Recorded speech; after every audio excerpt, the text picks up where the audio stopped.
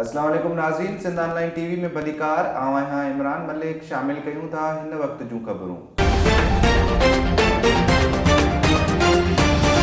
नाज़रीन, इस्लामाबाद में PP chairman Bilawal Bhutto की अगवानी में निकतल अवामी लॉन्ग मार्च में लखें माण्हुनि शिरकत करे न्याज़ी के हुकूमत ख़त्म करण जो पैगाम दिनो आहे। अवामी मार्च सां गॾु कराची खां निकतल पीपल्स पार्टी जो सूबाई अगवान सैयद हसन शाह जानिया ऐं अॻूणो सूबाई सलाहकार इस्माइल डाहिरी सिंध ऑनलाइन टीवी सां ॻाल्हाईंदे चयो आहे त अदाई जेको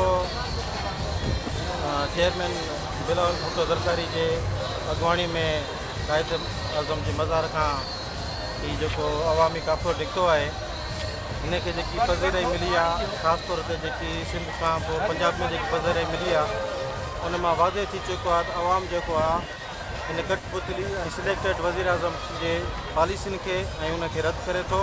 इंशाअल्लाह ही पंहिंजो काफ़िलो जेको आहे अनक़रीब पंहिंजी मंज़िल ते पहुचण वारो आहे ऐं पंहिंजा मुतालबा खणी इंशाअल्लाह कामयाबी मिलंदी। उन खां पोइ आउं मुतालबो कंदुसि हिन कठपुतली हुकूमत खां त हिन अवामी राय खे एतिराम करे कंदे ऐं जल्द खां जल्द इस्तीफ़ा ॾिए।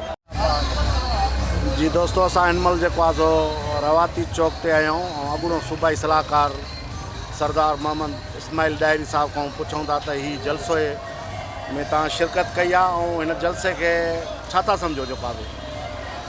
अदा लखनि जे तादाद में माण्हू आहिनि ऐं राति हितां असां वियासीं पे मोटी त शकर पड़िया वटि हिकिड़ी केडीअ जी गाॾी ऐं हींअर पोइ पिया आहिनि झंडा बैनर हुकूमत ॾाढा पटराया आहिनि ऐं लहराया लाथा अथनि चोरीअ आहिनि चोर चोरी पिया कनि।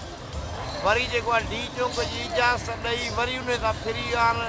असां सुबुह ॾिसंदा आया आहियूं त कंटेनर वॾे तादाद में ऐं इंतिज़ामिया FC रेंजर पुलिस वॾे पैमाने ते बीठी आहे, पर हिते चेयरमैन साहिब सां लखे माण्हू गॾु आहिनि।